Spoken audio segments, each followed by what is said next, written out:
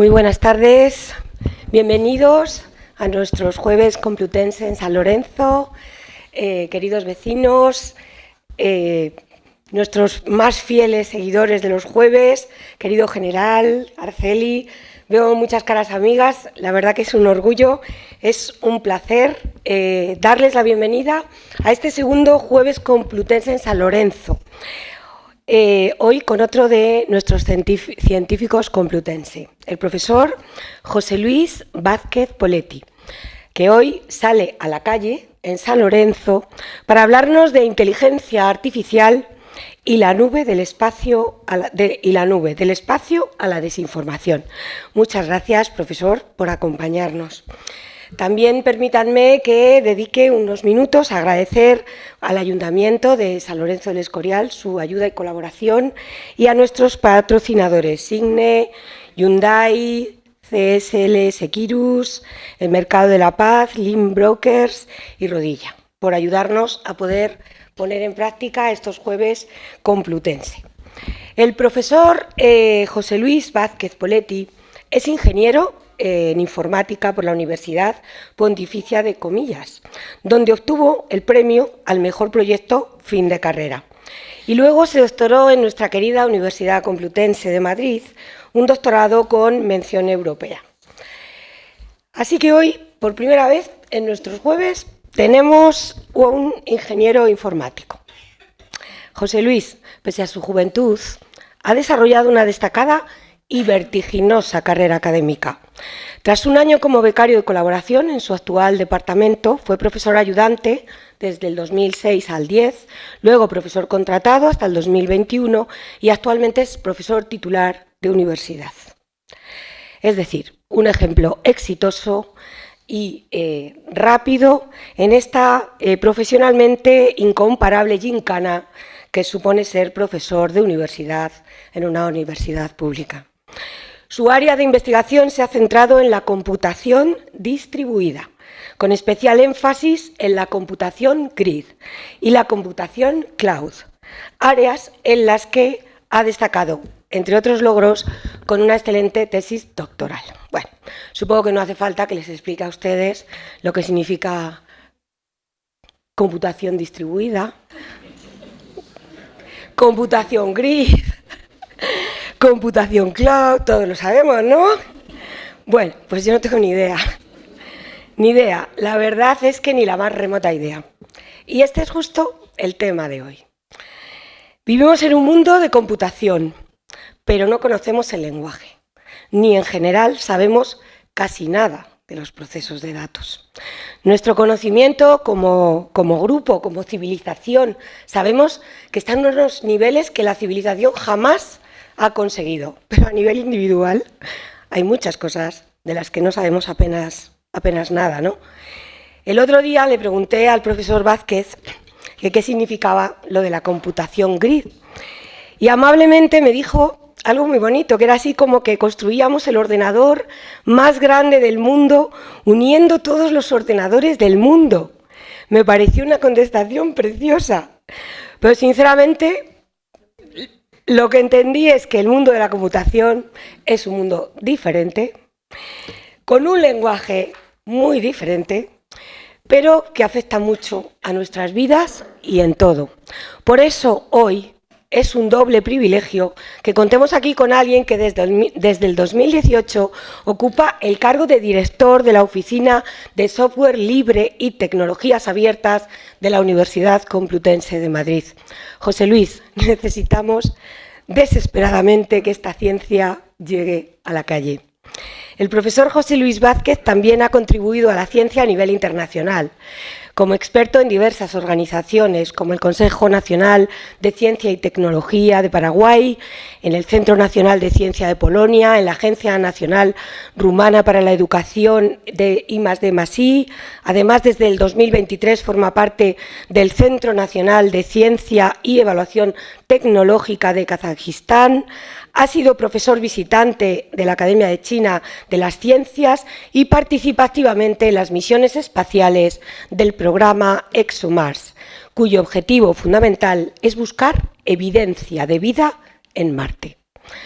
En el ámbito de la divulgación científica, José Luis ha publicado más de 60 trabajos en revistas y congresos, además de libros e informes técnicos.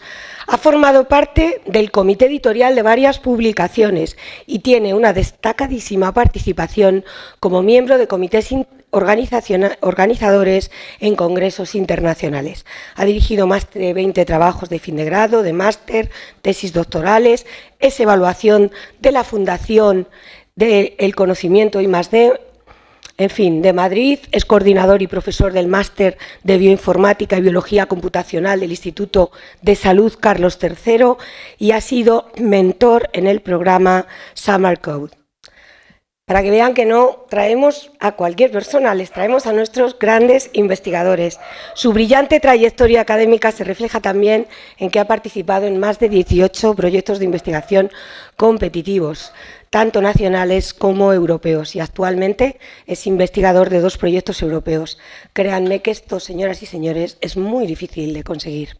A mí me gustaría compartir con ustedes otro aspecto a destacar de nuestro ponente de hoy: su compromiso y entrega con la docencia. Ha demostrado una continua implicación con los alumnos de nuestra universidad, organizando con ellos eventos de gran impacto universitario y social, como la primera Crypto Party, que se organizó en la UCM con los estudiantes. Es también uno de los fundadores y coordinadores de FEDIST, creo que se dice así, el grupo de hacking ético de la Facultad de Informática de la Complutense. Se preguntarán ustedes, ¿hacking ético? ¿Los hackers son éticos? Un grupo de hacking ético en la universidad, pero es que, en fin, los hackers rompen los sistemas de seguridad con fines maliciosos. Bueno, pues no siempre. También a veces actúan para salvar y ayudar a la sociedad, para detectar vulnerabilidades de los sistemas y poder corregirlas. Su grupo de hacking ético nació para mejorar la seguridad de entidades tan relevantes como el Centro Europeo para la Investigación Nuclear, que es uno de los centros de investigación más importantes del mundo, la seguridad de la propia Complutense, una de las mejores universidades del mundo, también el Consejo de Seguridad Nuclear para los alumnos de Ingeniería Informática de la Universidad Complutense que buscan agujeros de seguridad en estas entidades. De hecho, cuando los encontraban, se informaba a estas organizaciones y los alumnos recibían una carta, ¿no?, de agradecimiento. También es de resaltar, en el contexto actual de importancia de defensa y seguridad, que el profesor Vázquez Poletti ha participado en diversas actividades con el Ejército, actividades de programación de carros de combate, programación de virus, y ha dado numerosas charlas con el mando conjunto del ciberespacio. Y durante el confinamiento también organizaron una iniciativa que se llamaba Vengadores UCM, una iniciativa memorable con la que se coordinaron con más de 100 alumnos voluntarios para ayudarnos a todos en los apuros que teníamos con la informática. Ahora, su equipo de la Oficina de Software Libre de Tecnologías Abiertas de la Complutense colabora también con la Oficina de Diversidad, creando un sistema que permite realizar transcripciones del habla en tiempo real para complementar a los traductores de lenguaje de signos. Y todo esto abierto, gratuito y complutense. Todo con software libre y tecnologías abiertas como denominador común. Y para que, además de su brillante currículum, investigador, académico y docente, vean ustedes qué tipo de persona hemos traído hoy a nuestros jueves, tengo que resaltar, aunque sea abuela pluma, 4 detalles que a mi juicio hablan mucho de nuestro ponente. Primero, que es miembro de la REMER, la Red Nacional de Radio de Emergencias de Protección Civil. Participa en la REMER, que es una colaboración de voluntarios, radioaficionados, cuyo único objetivo, pues, es tratar de ayudar en las emergencias proporcionando una información que, bueno, puede salvar vidas. Es un deportista esforzado, ya que es cuerda verde morada, que equivale a tercer dan en Abada Capoeira, ¿no? ¿Se llama así? Yo ni idea tampoco. Los de informática en general decimos que son muy frikis, pero la verdad es que hacen unas cosas increíbles y esto yo no lo conocía tampoco. No le gusta mucho presumir, pero yo lo digo aquí porque me parece que con este ejercicio también hace algo que decía Nelson Mandela, que el deporte tiene el poder de cambiar el mundo, tiene el poder de inspirar, tiene el poder de unir a personas de una manera que pocas cosas lo hacen. Creo que me dijiste que erais allí todos informáticos, ¿no? La mayoría. Desde el 2015 tiene el honor de contar con la medalla de hijo adoptivo del Ayuntamiento de la Leal Villa del Escorial. Y aunque no es un mérito académico, pero yo no puedo dejar de decirlo, que es hijo de nuestro queridísimo profesor Luis Vázquez, al que muchos conocen y que ya participó en nuestros Jueves Complutense en San Lorenzo. Permítanme compartir con ustedes toda la admiración y respeto que siento y el cariño por el profesor Luis Vázquez, padre, que además de tener una impresionante trayectoria y méritos científicos, ha sido y sigue siendo parte insustituible de nuestros Jueves Complutense. Y termino ya. Me van a permitir que comparta para terminar una reflexión de Yuval Harari de su obra magnífica 21 lecciones para el siglo XXI, que tiene que ver mucho con los contenidos que hoy escucharemos. Nos dice Harari que si su lector se siente abrumado y confundido por la situación global, se halla en la senda adecuada. Los procesos globales se han hecho demasiado complejos para que una persona pueda comprenderlos sola. ¿De qué manera entonces podemos saber la verdad acerca del mundo y evitar caer víctimas de la propaganda y la desinformación? Estoy segura de que todos estamos deseando escuchar la conferencia de hoy sobre un tema como este, tan actual como fascinante: inteligencia artificial y la nube, del espacio a la desinformación. Cuando quieras, profesor. Muchas gracias.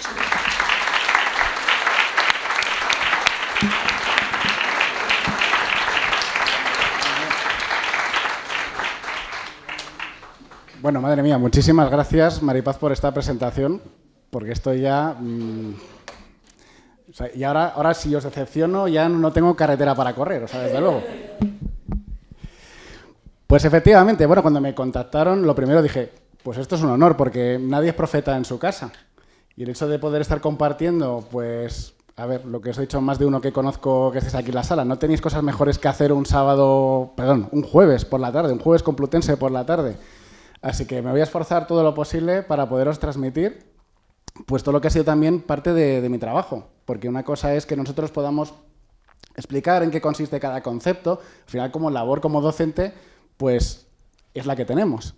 Sino el hecho de que yo pueda apoyar lo que os voy a contar hoy, lo que voy a compartir con vosotros, en el propio trabajo investigador. Siempre decimos que los profesores complutenses, o mejor dicho, profesores universitarios, pero vamos a decir complutenses, venga, de las mejores universidades del mundo, sacamos aquí pecho. Pues somos como una suerte de superhéroes. Antes mencionamos la iniciativa Vengadores UCM, ¿no? De día damos clase y por la noche investigamos, 24/7. Y entonces lo que voy a compartir con vosotros, pues al final ha sido, pues eso, precisamente, pues toda una serie de años, y todavía trabajo en curso, como vais a ver, que está relacionado con estos temas. Y cuando me contactasteis fue precisamente... ¿Qué sabes tú de inteligencia artificial? ¿Puedes hablarnos de inteligencia artificial? Bueno, lo primero, no es mi área directamente la inteligencia artificial, primera decepción del día. Realmente, mi departamento es el de arquitectura de computadores y automática. Pero la reflexión que hacemos aquí es, vale, para todos los sistemas de inteligencia artificial que estamos utilizando en el día a día, nos damos cuenta que ya no solamente la cantidad de datos, es también la cantidad de procesos que hay detrás, que es lo que voy a desglosar con vosotros hoy. Y eso requiere de una potencia computacional. Y es ahí donde los arquitectos de computadores entramos, a través de tecnologías como la que muy bien has descrito, Maripaz, de vamos a hacer el ordenador más grande del mundo uniendo todos los ordenadores que se dejen, ¿vale?, del mundo. Bueno, yo creo que esta me la puedo ahorrar porque, desde luego, siempre me gusta poner esta transparencia pues para explicar, bueno, en calidad de qué voy a robaros... espero que menos de una hora de vuestro tiempo, pero bueno, de verdad, muchísimas gracias por esa presentación, porque esta me la voy a ahorrar. Y efectivamente, ¿qué vamos a ver hoy? ¿Qué quiero transmitiros? Pues primero, pues esos conceptos básicos de la inteligencia artificial, porque ya sabemos que en el día de hoy, sobre todo en determinadas áreas, si no tiene la etiqueta de inteligencia artificial, como que no vale. Entonces, os voy a transmitir esos conceptos básicos. Ver precisamente cómo podemos utilizar la computación para dar soporte. ¿Qué es lo que hay debajo de las aplicaciones que llevan inteligencia artificial que utilizamos en el día a día? Y casos de uso. Porque al final los ingenieros informáticos aprendemos con ejemplos. Intentamos utilizar el ingenio precisamente para eso. Y cuanto más variados, pues mejor. Entonces, bueno, yo en este caso le pedí pues, tanto a la IA de Bing sería y de ChatGPT pues, que de alguna manera me representara dando esta charla. No sé hasta qué punto, pues... Bueno, traje formal, vale, y gafas, sí. Frente a un auditorio lleno de estudiantes y profesionales. Yo aquí veo estudiantes y profesionales. Y gesticulando con las manos. Eso a lo mejor es por mi mitad italiano, que ya sabéis que utilizamos mucho las manos a la hora de... Y el ambiente es académico y moderno, con iluminación suave. Bueno, vale. Y un enfoque del profesor como figura central. Empezamos por la IA. Y esto seguramente es la imagen que todos nos generamos, de alguna manera, en qué va a ser o en qué se va a transformar la inteligencia artificial. Yo siempre pongo como referencia pues, los cortos de Animatrix. Como informático que se crió en la GB, pues el año 1999 fue una gran revolución para nosotros, ya que salió una gran película llamada Matrix, que nos encaminó muchísimos, precisamente no solo al campo de la informática, sino al campo de la ciberseguridad. Todos queríamos ser como Keanu Reeves, no solamente por perdurar en el tiempo, sino por el hecho de poder hacer todas aquellas cosas. Y en el 2003, precisamente, salen estos cortos de Animatrix donde nos va relatando cómo llegaron las máquinas al poder. No quiero hacer demasiados spoilers, pero bueno, ya son unos cuantos años que ha salido. Y esa secuencia me pareció muy interesante porque vemos dos representantes de la Nación 01, esa nación formada por máquinas, que se presentan así, a puerta fría, en las Naciones Unidas, porque quieren formar parte, quieren coexistir con los humanos. Y otra cosa interesante como reflexión. En cualquier caso, ¿qué punto estamos ahora mismo? ¿Qué es esto de la inteligencia artificial? Bueno, pues al final, principalmente, una inteligencia artificial es un sistema software. A mí siempre me explicaban que la diferencia entre software y hardware es que cuando nosotros nos enfadamos, al hardware le puedes pegar patadas, pero al software no. Y la idea es que este software va a desarrollar esas tareas que normalmente requieren de inteligencia humana. Y claro, la inteligencia humana, cuando la encontramos, pues va a utilizar una serie de estímulos, va a utilizar una serie de sensores para poder determinar qué es lo que está pasando en el exterior. Y en base a eso, tomar una serie de decisiones. Aquí yo creo que uno de los ejemplos mejor traídos es precisamente cómo determinado ordenador, HAL 9000, lo recordaremos de 2001, una odisea en el espacio, pues aprende a leer los labios y se entera precisamente de ese gran complot que van a tener contra él. Y entonces decide autopreservarse. Siento haceros el spoiler, ¿vale? Pero...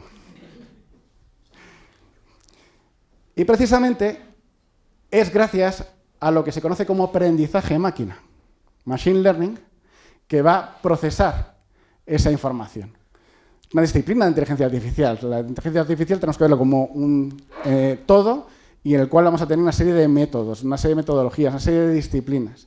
Y es aquí donde se encuadra Machine Learning. Y aquí, en función de dónde soltemos o cómo eduquemos, o la ausencia de educación de la inteligencia artificial, pues vamos a tener diferentes tipos de aprendizaje.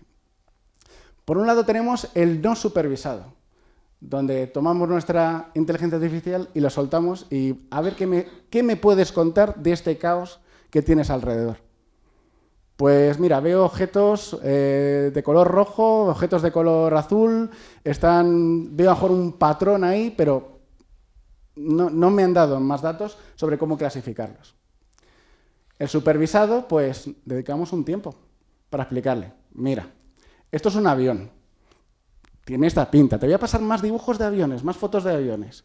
Y ahora, cuando ya has aprendido lo que es un avión, con estos ejemplos que yo te he pasado, pues ya es el momento de examinarte. Y por eso me gusta siempre poner el Florido Pencil, que era como se educaron nuestros padres en este caso. Y uno de los más graciosos para mí es el de por refuerzo. Aprendizaje-error. Hay una realimentación, o bueno, pues ya que estamos en España, pues el modelo tío Lábara.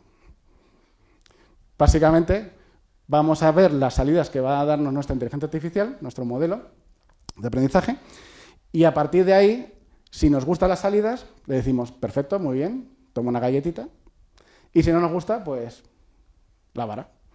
Y con eso vamos a tener varios ciclos de reaprendizaje. Pero todo esto requiere de una potencia de computación. Y no pequeña, precisamente. Ya solamente pues, con los modelos supervisados, donde nosotros vamos a estar enseñándole, vamos a crear un modelo, por ejemplo, fotografías de aviones.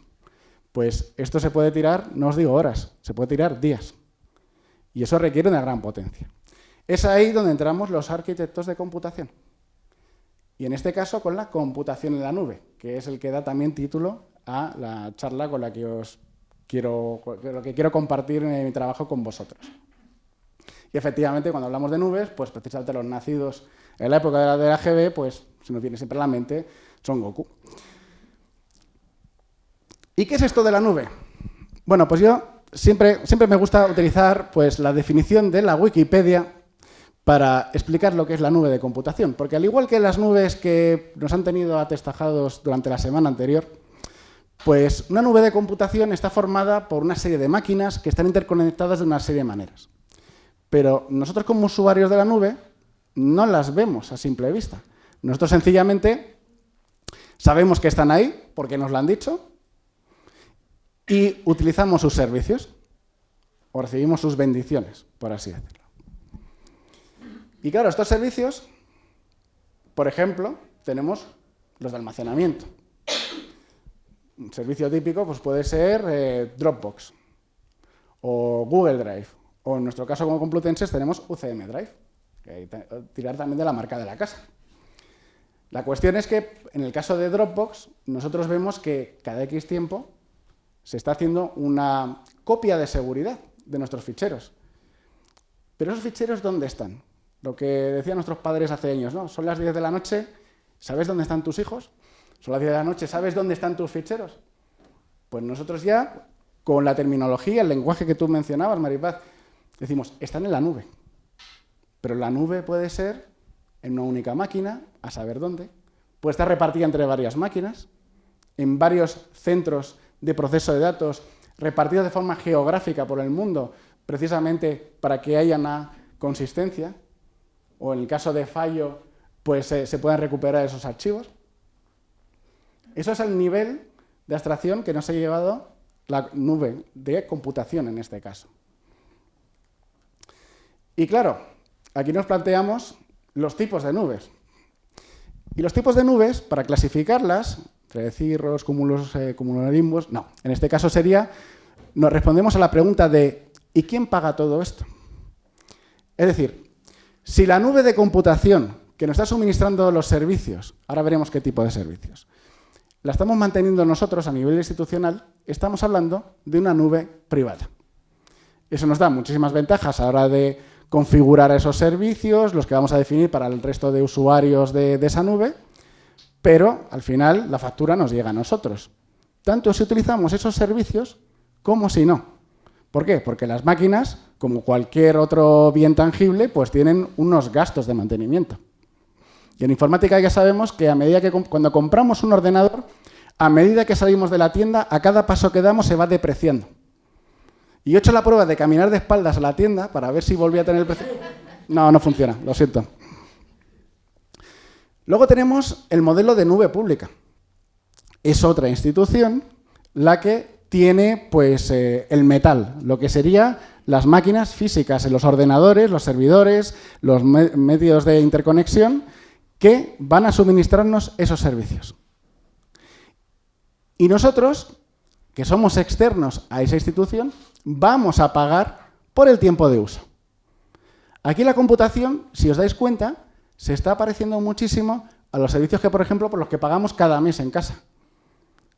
La luz, el agua, el gas, servicios de entretenimiento. Ya estamos en un modelo de por suscripciones, ¿no?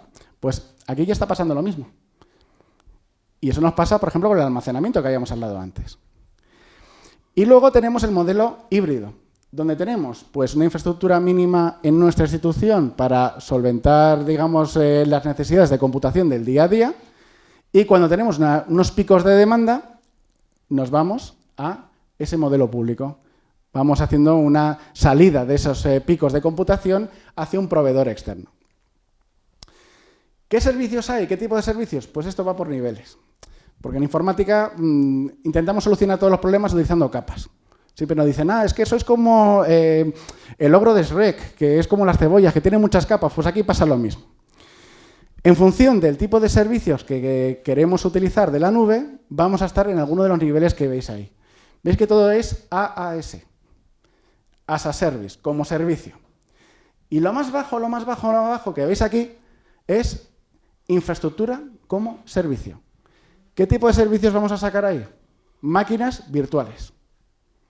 En un momento determinado, pues mira, yo es que quiero ejecutar este programa y para eso necesito, como yo estoy utilizando Windows, pues quiero una máquina en otro sistema operativo, un Linux. Pues en vez de coger una máquina física, es decir, comprarme en la tienda una máquina física con ese sistema operativo, o sea, y instalarle el sistema operativo abierto, por cierto, pues utilizo los servicios de cloud para tener una máquina virtual donde tendré instalado ese sistema operativo y ejecuto ahí las cosas.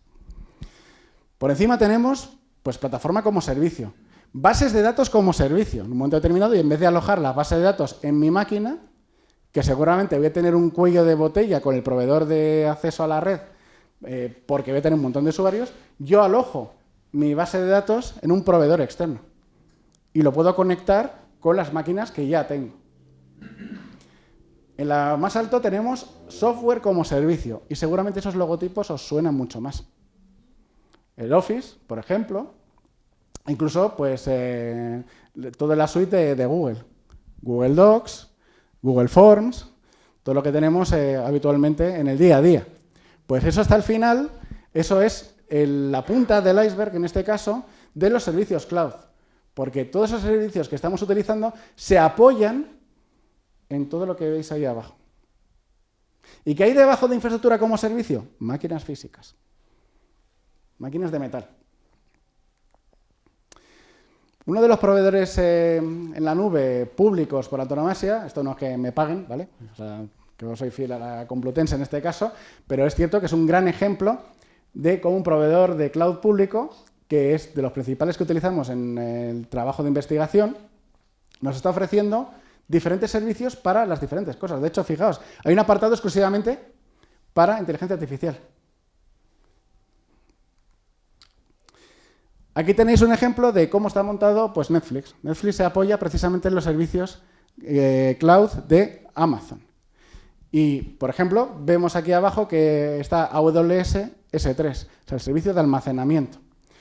O sea, Amazon está suministrando servicios a Netflix para poder no solamente almacenar los contenidos, dividirlos por regiones, sino además poder hacer una distribución rápida y, sobre todo, lo que se conoce como transcodificación, porque los contenidos van cifrados y entonces necesitan un proceso precisamente para que nos puedan llegar y puedan ser visualizados con el cliente, que puede estar instalado ya pues, en un móvil, en una televisión, bueno, que voy a contar que no sepáis, de Netflix en este caso.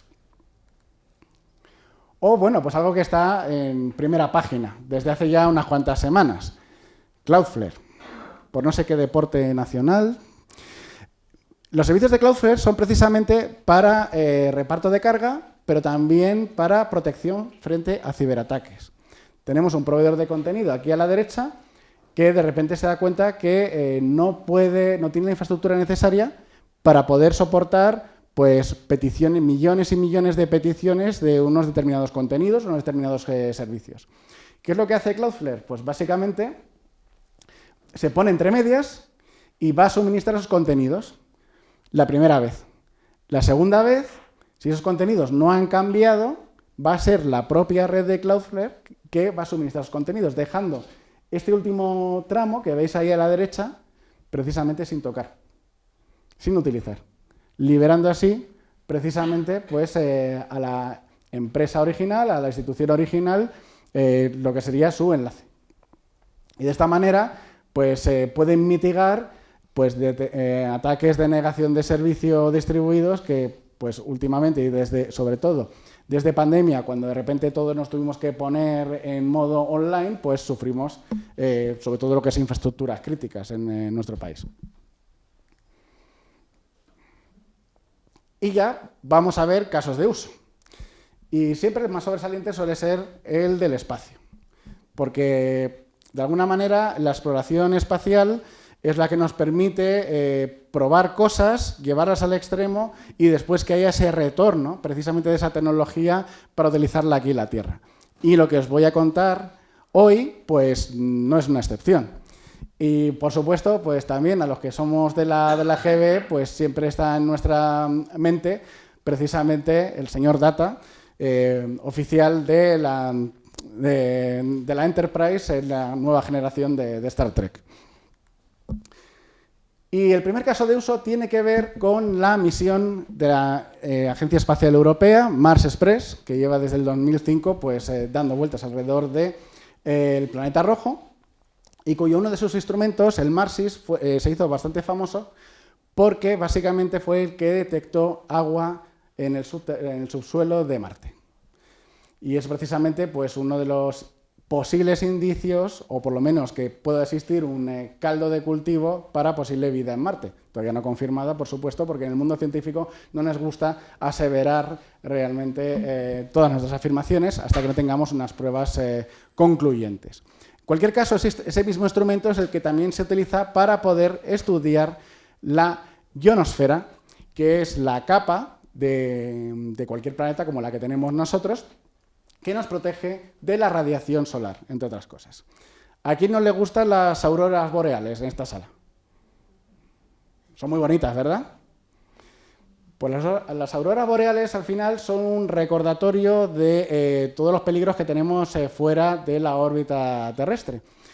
Porque básicamente es el efecto de los rayos cósmicos, de la radiación solar, impactando con nuestra protección, que es la ionosfera. Es decir, si no estuviera la ionosfera protegiéndonos en ese momento, pues no veríamos esas auroras boreales tan bonitas lo más al norte posible y básicamente tendríamos graves problemas de salud. Tenemos que ver la ionosfera pues, como el típico escudo que se ve en las películas, por ejemplo, de Star Wars, cuando están disparándose y se ve precisamente cómo se va defendiendo la nave con ese escudo casi electromagnético. Pues la ionosfera al final también está presente en Marte, pero es mucho más pequeña. ¿Y eso qué quiere decir? Pues que en películas como por ejemplo El Marciano, pues Matt Damon, la única película que Matt Damon se salva solo, curiosamente, pues debería estar echándose crema solar en todo momento, porque la ionosfera de Marte es muy débil y va, digamos, por grupos, o sea, digamos que no es constante. Y este instrumento es el que nos permite precisamente localizar esos remanentes de ionosfera, identificando campos magnéticos. Entonces, lo que estáis viendo aquí, básicamente, es desde pues, cuando iniciamos el estudio, desde 2005 a 2016, pues la cantidad de datos que se iba recibiendo y a qué horas del día se iban recibiendo desde Marte.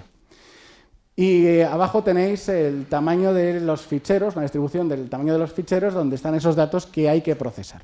Porque la idea es que esos datos son los que tenéis aquí. Esto se llama ionograma, que es como una fotografía, espectrografía en este caso, de la ionosfera marciana. La idea era construir una arquitectura de computación que no requiriera tener un supercomputador encendido las 24 horas del día esperando a que llegaran los ficheros desde la misión. Porque la conexión, el contacto con Marte no es constante, ni mucho menos.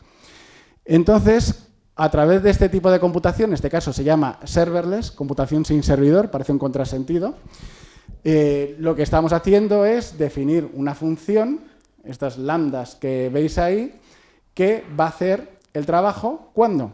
Pues cuando vayan apareciendo nuevos ficheros que nos van llegando por la red de espacio profundo, que es de alguna manera el Internet del sistema solar. Quedaros con la palabra de Internet del sistema solar porque a lo mejor dentro de unos años pues tendremos un nuevo proveedor de conexión a unos precios increíbles, desde luego. Pero si nos toca ya por fin hacer viajes por el sistema solar, pues seguramente se va a seguir llamando así. O por lo menos es lo que vaticino. Y la gracia es que con este sistema, cada vez que llegaba un fichero, se levantaba y esto que está alojado en la nube de Amazon, pues al final nos iba a costar al año pues del orden de $0,50. frente a lo que costaría mantener un ordenador encendido para que procesara en tiempo real los ficheros cuando llegaran, si es que llegaban. Porque os recuerdo que no están llegando ni a todas horas ni todos los días. Esto, bueno, pues fue el comienzo en este aspecto de un trabajo en el que ya empezamos a meter técnicas de inteligencia artificial, en este caso aprendizaje máquina, ya que suscitó el interés por parte de la Agencia Espacial Europea y sobre todo porque de estos ionogramas no solamente la idea era buscar campos magnéticos, era buscar anomalías. Y bueno, antes de que estemos llamando a Iker Jiménez, ¿vale? O sea, anomalía se refiere a situaciones que pueden interpretarse de varias maneras y que obviamente requieren una atención más especial o incluso una colaboración con otras agencias espaciales que tengan equipos en tierra y que nos permitan cruzar esos datos, que sigue siendo pues, una asignatura pendiente en muchas de estas misiones. Con lo cual, ahí tenéis pues, ejemplos, y además en los nombres de esas anomalías que indicaron desde la Agencia Espacial Europea que sería interesante poder identificar nada más que llegan esos ficheros. Porque precisamente la Universidad de Leicester en Reino Unido, pues cuando tenían un pack, un lote de estas imágenes, pues sacaban una beca para que pues, un pobre estudiante se dedicara a mirar una a una de estos ionogramas y buscara precisamente este tipo de anomalías. Entonces, esto nos llevó a construir precisamente una arquitectura basada precisamente en esto que os he comentado antes, de Serverless Computing, que además formó parte de la tesis doctoral de David Pacioz Izquierdo, el cual tenéis ahí, que es desde hace nada flamante profesor ayudante doctor de nuestra Facultad de Informática. Y en este caso veis que hay dos tipos de iconos. El icono del lambda, que es esa funcioncita, donde Amazon nos permite lanzar hasta 1000 de esas a la vez. Con lo cual podemos procesar un montón de imágenes, digamos, al segundo. Y aquí estamos utilizando pues, OpenCV, que es una librería abierta de aprendizaje máquina para lo que es el procesado de imágenes. Numerados tenéis pues, cada parte de esa arquitectura que está alojada en Amazon Web Services. Y a la izquierda tenéis qué es lo que va haciendo, qué procesado va haciendo. Partimos de esa imagen original donde le vamos haciendo una serie de recortes, una serie de identificaciones y al final podemos localizar, en este caso, una anomalía que se llama ecos oblicuos, que sobre todo se dan cuando la nave está en una determinada posición y a una determinada altitud. Esto nos llevó pues, también al uso precisamente de ese tipo de técnicas a otra misión. Efectivamente, como bien has mencionado, Maripaz, pues sí, yo he estado muy activo en el programa ExoMars, que es una colaboración entre la Agencia Espacial Europea y la Agencia Espacial Rusa. Pero como bien sabéis, en 2022 fue la invasión de Ucrania y obviamente se cortaron todo tipo de relaciones. Y bueno, pues desde aquí, desde luego, quise hacer un llamamiento en el aspecto que este tipo de eventos lo único que hacen es afectar totalmente a la ciencia, porque de repente todas estas sinergias que se habían generado, pues a saber cómo se van a poder recuperar. Esto nos llevó pues, a buscar otros puntos de aplicación de estas tecnologías. Y en este caso, pues quienes llamaron a nuestra puerta fueron los de la misión HOPE, que es la misión de Emiratos Árabes. Y en particular, uno de los instrumentos es precisamente el de detección de auroras marcianas. No son tan bonitas como las de la Tierra, pero están ahí. Y aquí la idea pues, era originalmente utilizar los modelos de aprendizaje máquina que ya ofrece Amazon, que es esto que veis ahí que se llama SageMaker, que está muy bien, pero hay un pequeño problema, que es muy caro. Y como bien habéis intuido, pues en investigación lo que menos tenemos habitualmente es presupuesto. Con lo cual, como decían en una famosa serie española llamada El Ministerio del Tiempo, pues somos españoles, improvisen. Y luego decía una palabra que no se puede reproducir aquí. Entonces, ¿qué es lo que hicimos? Pues básicamente utilizar nuevamente estas librerías, que es OpenCV, para manipulación de imágenes, de visión artificial, para tomar cada una de estas imágenes donde podría haber o no las auroras boreales, perdón, auroras marcianas, y de ahí aquellas que fueran candidatas, fijaos lo que hacemos un recorte de la esfera marciana y luego buscamos agrupaciones de destellos, y aquellas que están marcadas como es posible que haya, esas sí, esas se las pasamos al modelo de aprendizaje de máquina de Amazon. De forma que cuesta algo de dinero, pero no cuesta que si estuviéramos pasando todas y cada una de las imágenes, cuando a simple vista vemos aquí no hay una aurora. De hecho, pues esta arquitectura de computación serverless, gracias a la Oficina de Transferencia de Resultados de Investigación, dependiente de la Fundación Complutense, tiene su registro de la propiedad intelectual. Por otro lado, otro caso de uso, este es de los que se quedaron desgraciadamente en el tintero debido a los acontecimientos de 2022. Esto fue una colaboración que teníamos, por un lado, Agencia Espacial Rusa y en particular pues, el Instituto Verdadsky, que fue el primer instituto geológico que analizó las primeras rocas venidas de la Luna, con misiones automatizadas, las sondas que eran soviéticas en ese momento. Y aquí metimos en la ecuación a la Universidad Politécnica y en particular a la Escuela de Ingenieros Agrónomos. Bueno, ahora tiene un nombre un poco más largo, pero bueno, era agrónomos en ese momento. La idea era ya no estar trabajando solamente en la exploración de Marte, sino trabajar en la colonización de Marte. Y claro, en ciertas condiciones, pues pedir un Uber Eats o un Globo o lo que sea, pues ya cuesta un dinero, pues imaginar pedirlo estando en Marte. Es decir, tenemos que pensar en la alimentación de los futuros marcianos. Y la idea es, vale, pues vamos a plantar, vamos a tener unos invernaderos.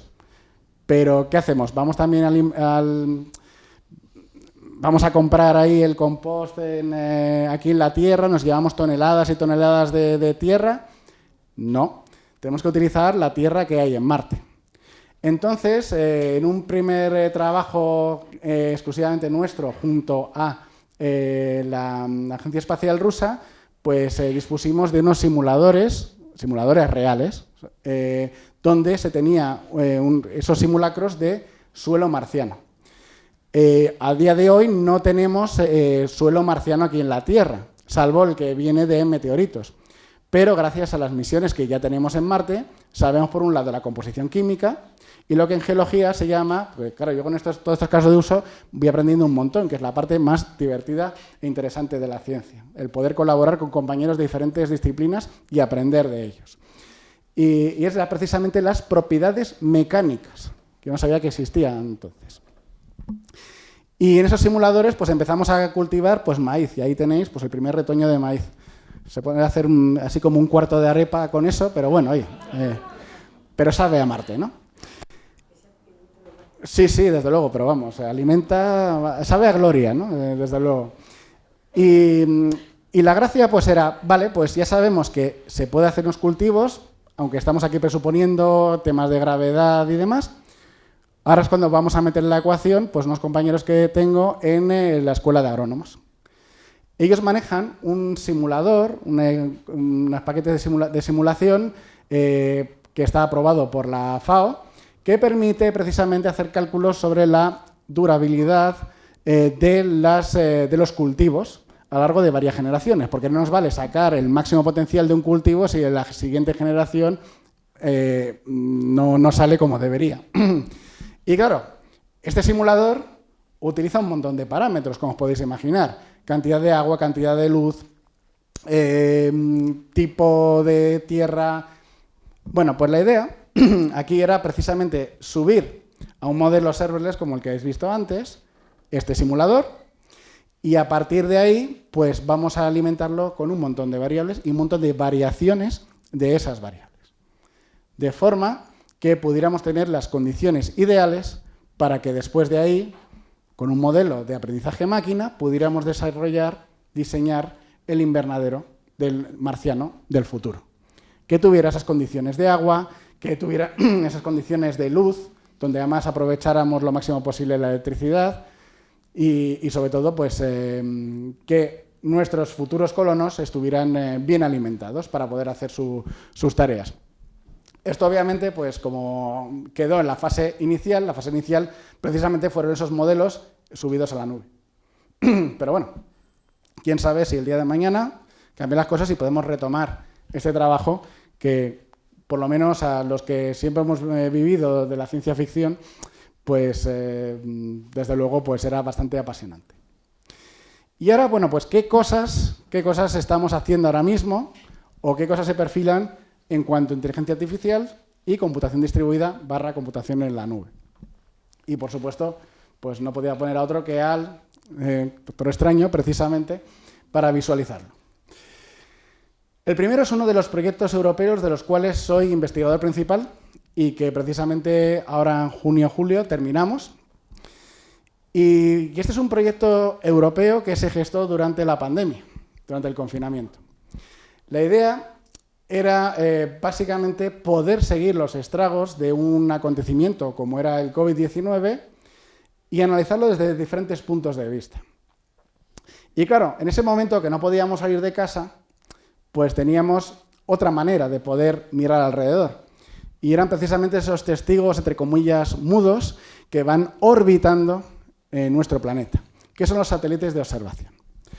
Aquí la premisa era, tenemos unos satélites de observación terrestre que nos van a permitir precisamente sacar unas fotografías, por ejemplo, de contenedores que están apilados en un puerto mercante.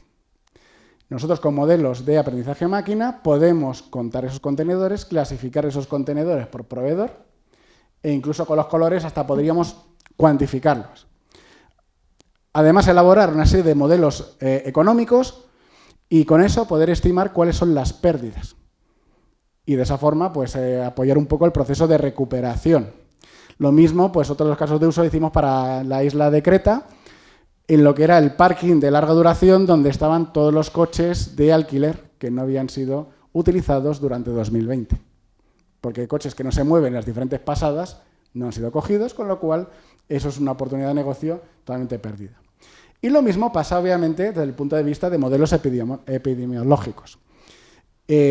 Uno de los casos de uso que presentamos en Bruselas, que creo que fue uno de los decisivos, casi les heló la sangre, palabras textuales, fue el hecho de que nosotros, con satélites de observación terrestre, podemos cuantificar el nivel de contaminación que hay encima, por ejemplo, de las plantas crematorias de determinadas regiones. Y con eso, utilizando una serie de modelos, podemos cuantificar el número de fallecidos. Y así poder tener unas cifras, hablábamos antes también de desinformación, esto de alguna manera está relacionado.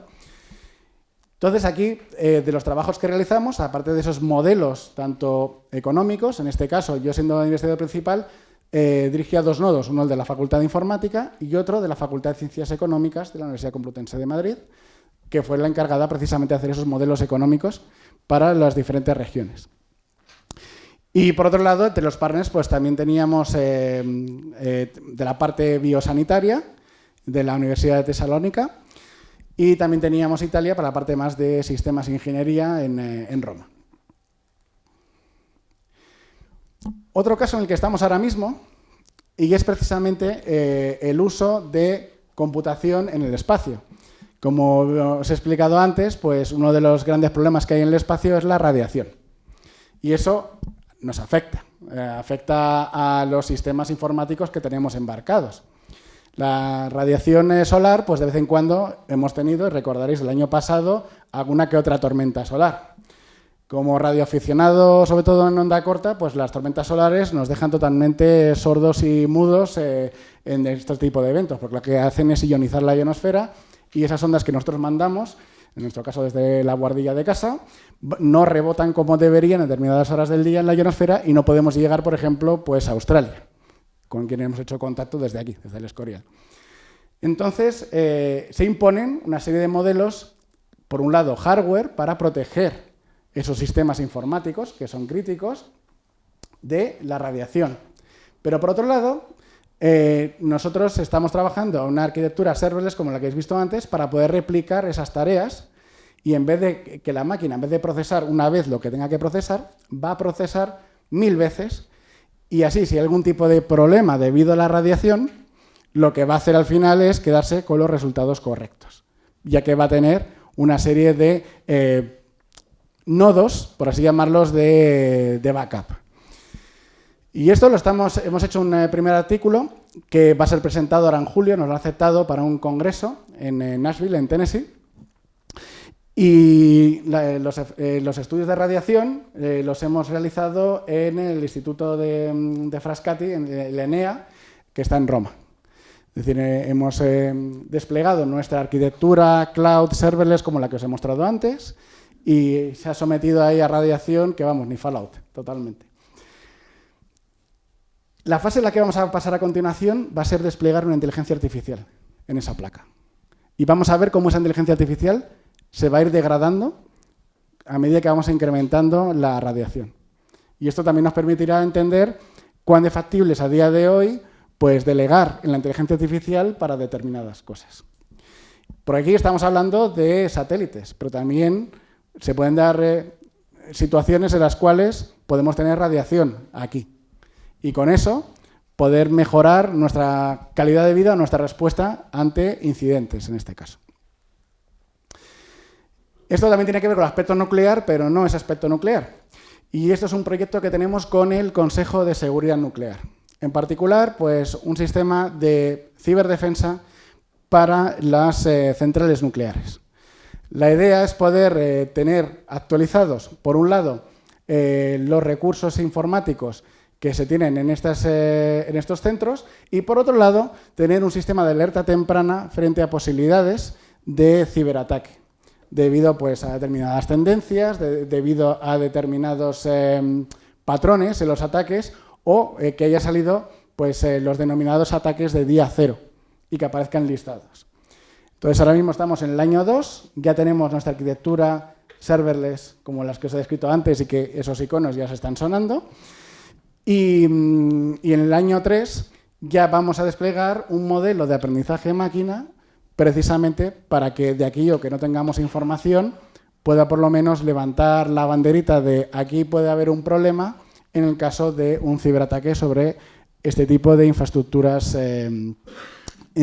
críticas. Ahora mismo el piloto lo estamos corriendo precisamente en el CIEMAT, que lo tenemos al lado. Y ya llegamos a la desinformación, que es precisamente esa coletilla que tenía el título de la charla. Rápidamente unos breves conceptos. Siempre me gusta hablar de desinformación poniendo esas dos portadas de periódico que tenéis ahí arriba a la derecha. La de la izquierda pues, fue sacada por un tal señor Hearst, seguramente no sé si os suena ese apellido, sobre todo porque es uno de los editores de La Vogue, que lo sepáis. Y por otro lado, ese sí os va a sonar más todavía, si cabe, un tal señor Pulitzer. Y tenía que ver pues, con algo que básicamente supuso el final de nuestra hegemonía como país en el mundo, que fue precisamente el hundimiento del Maine, en el puerto de La Habana. Lo que se publicó era que había sido pues, un ataque por parte de España.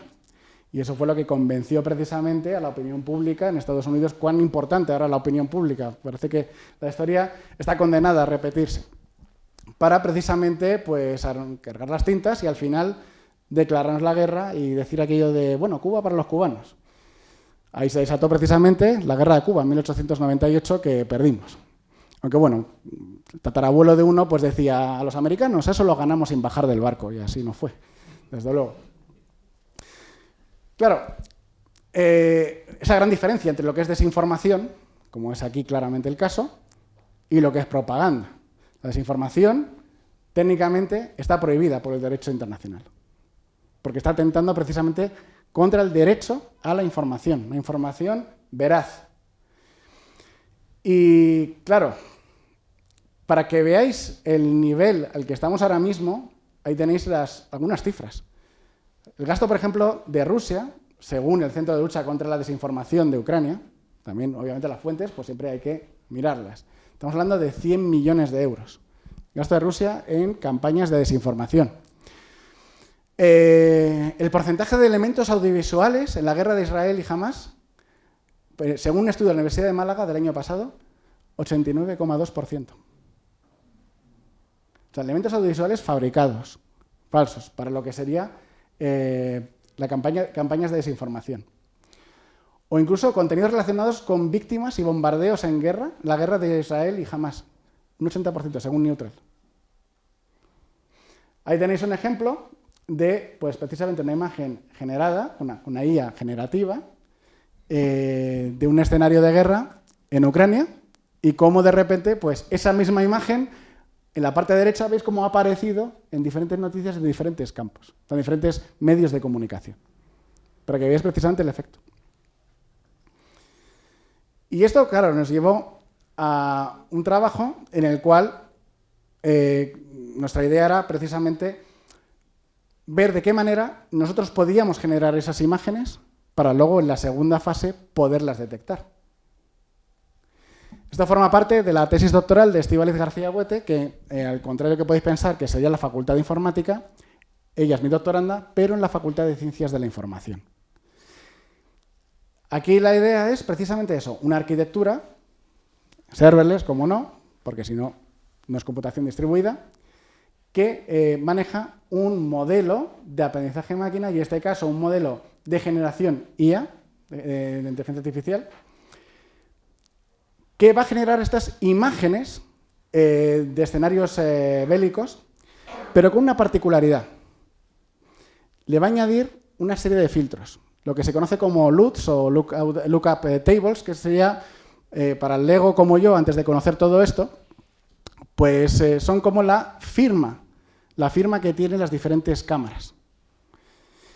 Aquí, en este trabajo, además, ha participado pues, otra de mis doctorandas, ya doctora, por la Facultad de Óptica y Optometría, Sara Ignacio Cerrato, que ha realizado todo un trabajo sobre la colorimetría.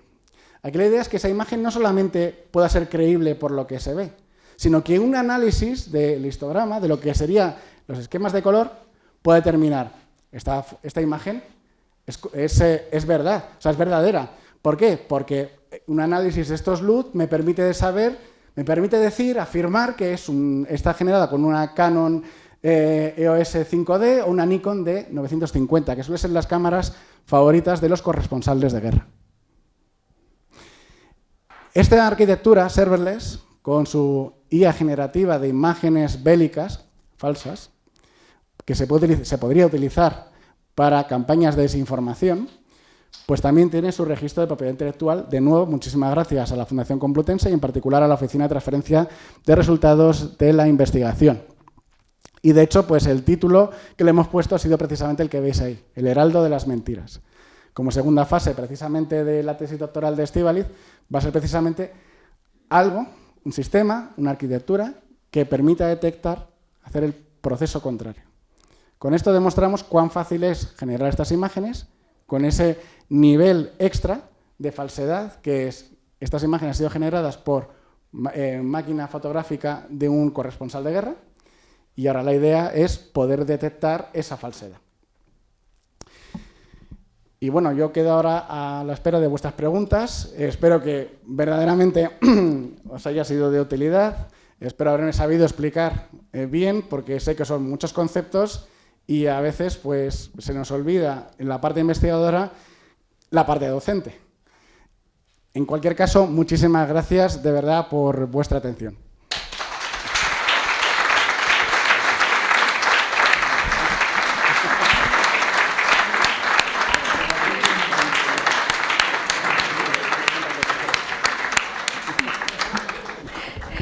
Yo no sé si nos has tranquilizado mucho, eso también te lo digo, que lo mismo todavía ahora tenemos algunas dudas más incluso, nos has aclarado muchas cosas, pero todavía nos has sugerido otras nuevas preguntas. Yo creo que ha sido una charla muy difícil, porque este es un tema del que normalmente somos bastante desconocedores. Entonces te agradecemos muchísimo el esfuerzo, yo creo que ha sido una charla estupenda. Y yo creo que ahora viene una parte muy interesante, que son las preguntas de la gente, para que nos aclare un poco todo lo que significa esto. No sé si hay alguna. Por allí hay una pregunta al final. Yo también tengo luego una ahí. Mi pregunta es la siguiente. Los procesos de desarrollo que se están llevando ahora sobre la inteligencia artificial lo están haciendo las grandes multinacionales. Entonces, en el desarrollo de esto tendría que ponerse el ser humano con toda su deficiencia y no deficiencia en el centro del proyecto.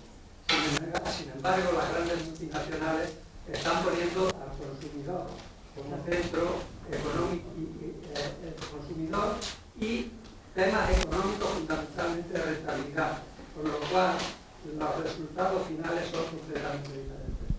Muchas gracias. Totalmente de acuerdo. Yo esto siempre hago el paralelismo con la irrupción de Internet en nuestro país. Al principio Internet era ese gran desconocido. Y los que usábamos Internet éramos como, bueno, pues como lo que somos. A ver, facultad de informática, pues yo lo reconozco, gafas y frikis, o sea, es así. Pero lo que sí es cierto es que cuando ya de repente a las grandes compañías les interesaba vender Internet, pues si no estabas en Internet eras, no sé, era un bicho raro. De repente todo el mundo tenía su .com, de repente todo el mundo tenía acciones de Terra. Lo de Bitcoin, la estafa ya ha venido antes. Entonces, ¿qué ocurre? Como muy bien has indicado, vamos a la rentabilidad. ¿Y qué ocurre ahora mismo con las sucursales bancarias? Efectivamente. Estamos obligando a nuestros mayores, ahora de repente, a conectarse a Internet, a utilizar una serie de mecanismos para los cuales, pues no. Entonces, totalmente de acuerdo con esa afirmación. Debemos poner, de alguna manera, al ser humano en el centro. Por eso yo me especialicé en arquitecturas de computación y no en inteligencia artificial. Para no tener esa... De hecho, perdón, eso me recuerda, y desde aquí ya extiendo la invitación, a visitar el Museo de la Informática, profesor José García Santesmases, pionero de la informática en España. Este museo lo tenemos en la tercera y cuarta planta de la Facultad de Informática de la Universidad Complutense de Madrid. Entre otras joyas, tenemos el primer ordenador analógico y el primer digital, pero el primer ordenador analógico que se hizo en España, que lo hizo este profesor, muy importante, con sus estudiantes, porque él no entendía el desarrollo sin el pasar esa antorcha que tenemos en la escultura en Ciudad Universitaria, sin pasar esa antorcha del conocimiento a las siguientes generaciones. Y precisamente en ese museo, al lado de esa máquina, analizador diferencial, tenemos los recortes de periódico. Bueno, yo a las nuevas generaciones, cuando organizo la visita para chavales de secundaria, les digo que ese era el Twitter de la época, ¿vale? Entonces ahí, claro, son los titulares que hay en las portadas, y entonces uno de los titulares me llamaba siempre la atención, y era: la máquina no arrolla al hombre, lo dignifica. Es decir, que ya se veía venir que de alguna manera con esto estábamos jugando a ser dioses. En ese momento, claro, estaban los tratados con el Vaticano y seguramente alguien habría dicho: caballeros, no sé qué están haciendo, no se preocupe, aquí vamos a puntualizar las cosas. Así que, sí, totalmente de acuerdo una vez más con ese razonamiento. Por aquí hay otra pregunta y luego hay otra. En general. Yo me iba al tema de desinformación. Los datos que han salido, que no recuerdo exactamente, se hablaba... Ahora te lo traigo. Perdón. Bueno, quería preguntar por los datos que han salido de desinformación. En una de las diapositivas se hablaba en tema de... en esa. Elementos audiovisuales de la guerra Israel-Hamás, un 89,2%. Entiendo que se han manipulado. Y los contenidos relacionados con víctimas y bombardeos en esa guerra, un 80% según otra fuente. Son datos muy fuertes. Eso lo que nos quiere decir es que lo que vemos a través de los telediarios, solo un 10% es cierto. Muchas gracias. Ya se empieza a animar, ¿eh? No, bien. O sea, debate. Obviamente, como suelo decir, no tengo pruebas, pero no tengo dudas. Bueno, no lo sé. Lo que yo sí puedo contar por experiencia personal, esto siempre lo suelo contar, pues una serie de charlas que he impartido sobre radiofrecuencia. Durante el confinamiento, pues también un aspecto didáctico con mi hijo aquí presente, pues empezamos a explorar otros modos de obtener información sobre lo que estaba pasando alrededor. Y efectivamente, pues podíamos correlacionar elementos que tenemos alrededor, como por ejemplo, pues el seguimiento de los vuelos, que precisamente aquí tenemos un corredor aéreo, con lo cual somos testigos de excepción. Cuando se nos decía en la televisión, van a llegar suministros de China. Bueno, pues enseguida conectábamos el SDR, nos poníamos ahí con la antenita y vamos a ver el ADS-B, que es el protocolo de radiofrecuencia que utilizan los aviones para dar dónde están, a dónde van, de dónde vienen y demás, y veíamos si realmente pues, era así. Lo mismo pasa también con la señalización de Renfe. O sea, también van abierto y uno puede recibir esas señales.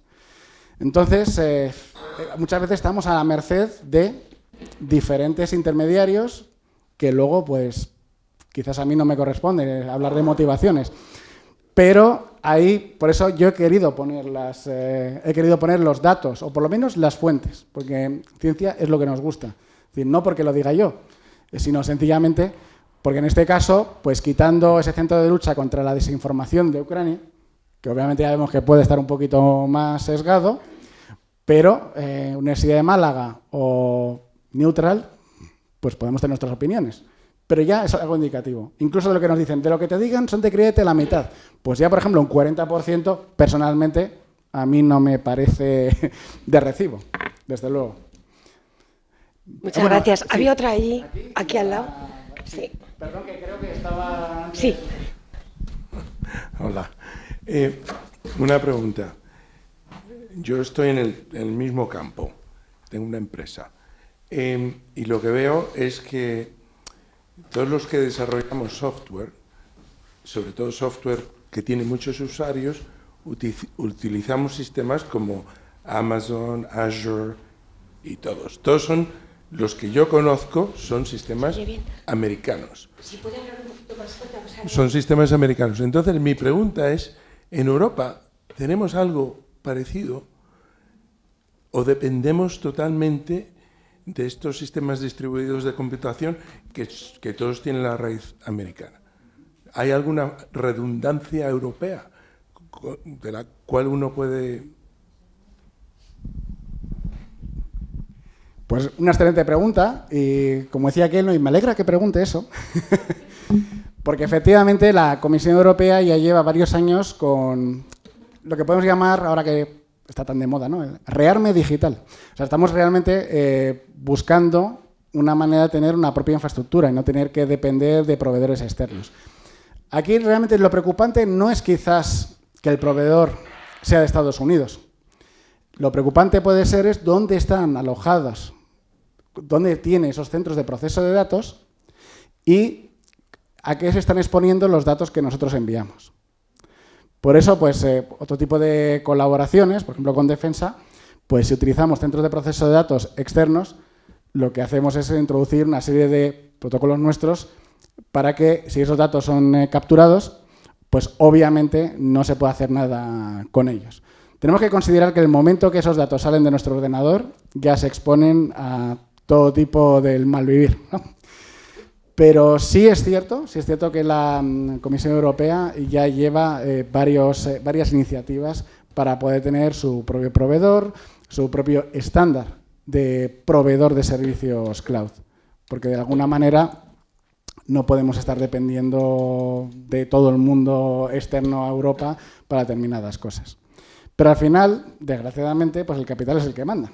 Y entonces nosotros seguimos trabajando con Amazon sencillamente por la relación calidad-servicio, sobre todo presupuesto. Y cuando trabajáis con Amazon, ¿exigís que los servidores de Amazon estén en Europa? Pues en este caso depende de lo que nosotros necesitamos.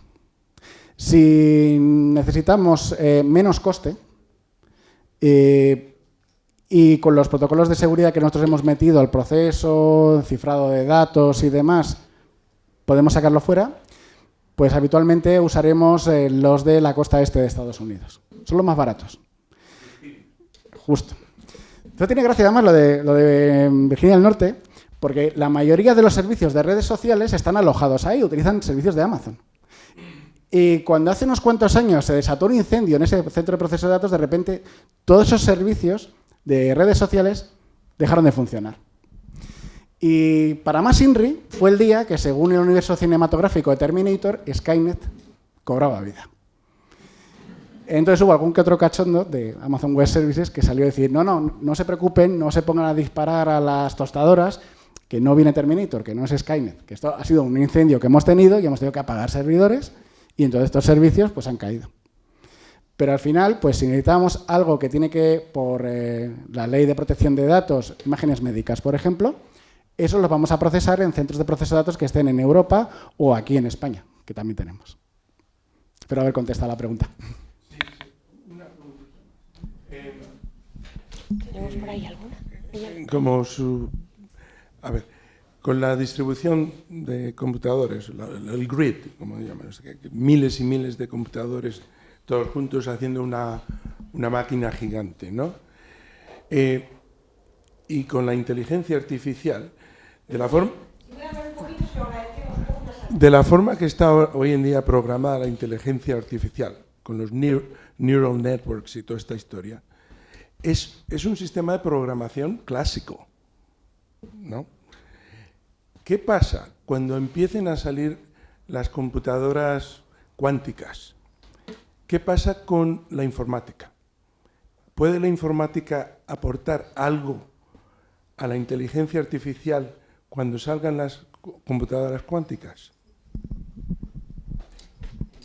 Aunque la computación cuántica no es tampoco mi campo, pero sí es cierto que al no tener nada de IA, no he hablado de ello, sí tenemos nuestros trabajos conjuntos con compañeros de la Facultad de Informática de la Universidad Complutense de Madrid, precisamente en este campo. Entonces, esto que planteas, que efectivamente va a ser una reflexión muy interesante, pero va a ser una reflexión para bastante más adelante de lo que pensamos. Porque todavía un computador cuántico como tal no lo tenemos. Tenemos chips cuánticos, tenemos el equivalente a transistores, a las unidades más pequeñas que forman pues una placa. Pero no tenemos todavía un equivalente de, por ejemplo, pues un IBM PC 286 que teníamos en los años 80. Entonces, todavía estamos en una fase muy previa para pensar incluso un sistema operativo, un modelo de aprendizaje máquina, algo que nos permita. Pero es cierto que será uno de los campos totalmente increíbles, en los que seguramente pues, va a verse afectado, que va a ser precisamente con ese avance. Llegaremos a lo mejor a ese cerebro positrónico que decía Isaac Asimov y que tanto estudiaba la doctora Susan Calvin. Pues es posible que será a través de la computación cuántica, cuando tengamos ese computador cuántico como tal. Yo te voy a hacer una pregunta, pero creo que aquí hay mucho experto. Sí, sé que hay otra allí. Pero mientras le llevamos ahora eso, te voy a hacer yo una, porque creo que aquí hay mucho experto. O sea, las preguntas que estáis haciendo yo no me estoy enterando de nada, porque realmente está claro que son de expertos. O sea, aquí el caballero es experto en el tema. Yo te voy a hacer una así rapidilla que me preocupa, ¿no? A ver qué opina un experto como tú de esto, ¿no? Porque los que estamos viviendo todo esto de la informática, la seguridad, la inteligencia artificial, etcétera, una de las cosas que estamos viendo es que en el mundo empieza a haber como muchas inteligencias artificiales que tú puedes consultar. Te metes, le preguntas algo, luego te metes en otra, te parece que es más lista que la anterior. Vas haciendo ese proceso, ¿no? Todos los curiosos por lo menos hacemos eso, ¿no? Pero luego te enteras de que, claro, hay unas que son de China, hay otras que son de Estados Unidos, hay unas que para nutrirlas, porque si no las nutres no tienen información, tiran de Internet, que ya sabemos que de Internet hay pocas cosas fiables, por lo menos en salud, que es mi campo. Es decir, que las hay de muchos sitios. Luego algunas, por lo visto, creo que tienen una especie de línea editorial, de censura. Tú a una china no le puedes preguntar algo de... Quiero decir... De cierta plaza. De cierta plaza. Entonces, claro, yo, como lo que veo al final en todo esto, como preocupación de gente que somos ignorantes del tema, pero lo que sí vemos es que hay un montón de inteligencias artificiales, cada una de un sitio. Hay quien invierte millones y millones en nutrirlas, pero otros son más modestos, como los europeos, ¿no? Entonces, tenemos súper grandes inteligencias, súper pequeñas inteligencias, y al final todas tienen un sesgo claro de información hacia un lado o hacia otro, otras son más libres. Entonces, a todos los usuarios de las inteligencias artificiales que no somos expertos, pues hay una cosa que nos preocupa, ¿no? Y yo, por ejemplo, yo soy psicóloga, ya lo sabéis, y yo pienso, al final, lo único que nos puede proteger de la desinformación está en nosotros, porque realmente, si tuviéramos tantos millones para invertirlo en hacer una que haríamos los europeos, que somos los más listos y los con más derechos humanos y todo eso, que fuera realmente que pudiéramos hacer, pero nos iba a costar tanto y al final, ¿cuál es la solución de esto? Esto del espacio que nos estás diciendo, todo el trabajo que se está haciendo con esos conexión de todos los ordenadores del mundo, ¿nos puede ayudar a reducir la desinformación, a aumentarla? Pues a ver, todo el trabajo de computación distribuida que se puede hacer va a servir para potenciar lo que le pongamos encima. Y si lo que le ponemos encima es algo que sirva para remediar esto, claramente. Pero de nuevo va a estar en cuál va a ser nuestra motivación, en qué IA vamos a estar confiando. Porque como muy bien has indicado, pues hay algunas que no tienen ningún reparo a compartir los datos que nosotros estamos subiendo. Ahora, por ejemplo, pues ha aparecido un nuevo prompt de ChatGPT donde nosotros subimos una foto y entonces nos lo va a poner como si fuera una imagen de anime, del estudio Ghibli. Una auténtica maravilla. Pero claro, vamos a empezar luego a subir fotos nuestras. ¿Y esas fotos dónde van a ir? Aquí tenemos que aplicar el mismo proceso por el cual, cuando hemos empezado a utilizar las redes sociales, antes de darle a enviar, pensar un momento. ¿Esto a quién le va a llegar? ¿Cuál va a ser la reacción? ¿Voy a quererme yo meter en un jardín a discutir con alguien que no conozco porque he subido esto? O sea, son una serie de preguntas que nos tenemos que plantear. Y aquí pasa lo mismo. O sea, si nosotros no tenemos 100% seguro qué pasan con esos datos, pues quizás no deberíamos utilizarlo. Y ya lo sabemos, ¿no? Si una cosa es gratis es que el producto somos nosotros.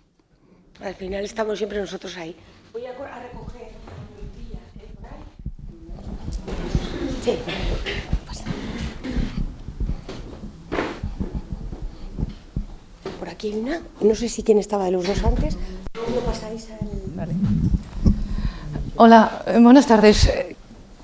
Ahora se está hablando de una cosa que, en fin, no sé hasta qué punto nos da escalofríos o no, pero es el famoso kit de seguridad. Yo no voy a hablar del kit de seguridad, evidentemente, pero sí voy a hablar de una cosa que has hablado tú, que es la ciberseguridad y toda esta arquitectura computacional. ¿Hasta qué punto la probabilidad de que se produzca ese ciberataque, que colapse una región amplia, no sé si le puedes asignar un porcentaje de posibilidades? Supongo que probable es, o posible, pero no sé si es el 1%, que es un suceso raro, por lo menos en finanzas, o... Esa es mi pregunta. No, pues muy interesante. Y efectivamente, pues esas son de las cosas que me toca hablar a mis estudiantes de la asignatura de ciberseguridad que imparto. Y es el hecho de que nosotros no podemos afirmar que algo es seguro. Tenemos que asumir que nos van a entrar por todos lados. Y lo peor de todo es que el ciberataque más exitoso es aquel del cual no nos vamos a enterar. Siento aguaros la fiesta, pero nosotros como país ahora mismo estamos siendo ciberatacados por 1000 sitios. O sea, estamos siendo ciberatacados constantemente. ¿Qué quiere decir esto? Bueno, los resultados muchas veces no los estamos viendo. ¿Por qué? Bueno, porque tenemos las fuerzas del Estado, tenemos también un Ministerio de Defensa con el Mando Conjunto de Ciberespacio que hace su trabajo. Y tenemos también el INCIBE, que es la que nos protege pues, como civiles, en este caso. Entonces, ¿qué podemos hacer al respecto? Bueno, pues dentro del esquema nacional de seguridad, nosotros como particulares formamos parte de esa ciberdefensa. Entonces, cualquier aspecto de autoprotección, como suele decir en protección civil, ¿no? Autoprotección, digital que podamos realizar, pues no compartir determinados datos, no picar en determinados mensajes, pues al final esto va a redundar en la seguridad de todos. ¿Cuál es la probabilidad de que de repente tengamos un blackout completo? Pues tampoco lo sabría decir. Es cierto que se está invirtiendo muchísimo. Ahí la muestra que os he puesto antes es este proyecto que tenemos con el Consejo de Seguridad Nuclear. Pero como ese, pues hay un montón de iniciativas más. Pero siempre está el ejemplo de cómo un país completo fue borrado del mapa del ciberespacio. Y ese caso fue precisamente Estonia. Y por eso el Centro de Excelencia de Ciberseguridad y Ciberdefensa está en Tallinn, que es el Centro de Excelencia NATO, o sea, de la OTAN, perdonad. Entonces, tenemos que asumir que nos van a entrar hasta la cocina, pero que siempre nos pillen preparados. Y esa preparación implica pues, tener unas costumbres, vamos a decir, sanas en la red en el día a día. Espero haber respondido, espero haber calmado o no, pero a veces es mejor... Ah, sí, una última pregunta por ahí, sí. Vale. Buenas. Quería preguntar, de la guerra de Ucrania, yo estoy siguiendo muchos mapas y lo que me doy cuenta es que cada uno coge, interpreta los datos como le apetece y al final yo creo que los datos son todo, o sea, la conclusión de los mapeadores es falsa. Efectivamente. Y por otra parte creo que lo que ha decidido a Estados Unidos cambiar y apostar por la paz, y eso es un movimiento de inteligencia, no viene de Trump, viene de la inteligencia profunda de Estados Unidos, es que no saben cómo funciona Oresnik. Totalmente de acuerdo contigo en ese aspecto. De hecho, bueno, pues esto tiene que ver bastante con un módulo de inteligencia de fuentes abiertas que suelo impartir a mis estudiantes, donde ponemos como ejemplo precisamente la guerra de Ucrania, donde utilizamos realmente dos fuentes, la de un bando y otro bando, por así decirlo, con esos mapas. Y una de las prácticas que hacemos precisamente es ese cruce de información. En algún punto, pues tiene que coincidir. Otro análisis que también hacemos habitualmente ahí es desde el espectro de radiofrecuencias, porque las radiofrecuencias precisamente no tienen frontera. Entonces, en diferentes momentos en el 2022 pudimos ver precisamente pues, cuando se inició determinadas fases de la invasión. Pudimos ver precisamente por esa radiofrecuencia que nos llega aquí a España, pues en qué momento se activaron los diferentes radares sobre el horizonte, porque claro, determinadas frecuencias llegan a estar ocupadas. E incluso la participación activa inicialmente de radioaficionados de ambos países a la hora de reivindicar determinadas zonas. Y eso, pues, al final estamos rodeados de muchísima información, lo que necesitamos es, pues, por un lado, un digestivo para procesar tanta información y, por otro lado, arquitecturas de computación que nos permita suministrar una información fiable para todo esto.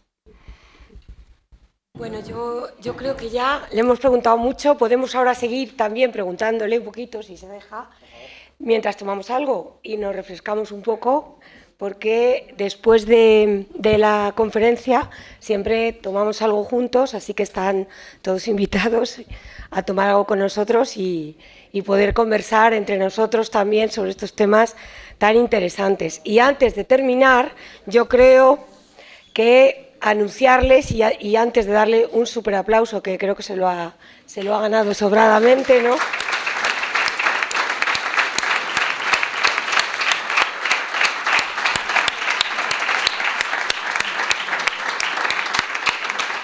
¿Verdad? Sí. Es un tema muy difícil y has estado fantástico, y yo creo que es un tema de máximo interés que seguramente tendremos que seguir insistiendo sobre él, porque da para mucho y para muchas dudas y para muchas inquietudes. Pero nos has dicho una cosa muy importante, ¿no? Que estemos en la realidad, que la realidad es que el riesgo está ahí y eso ya es una gran lección. Bueno, el próximo jueves complutense será el 10 de abril y será la profesora Pilar Martín Escudero con una conferencia fantástica sobre si el ejercicio nos alarga la vida, algo también muy interesante. Así que les emplazamos al día 10 de abril y los que quieran pues pueden quedarse a tomar algo con nosotros. Muchas gracias. Muchas gracias a ti.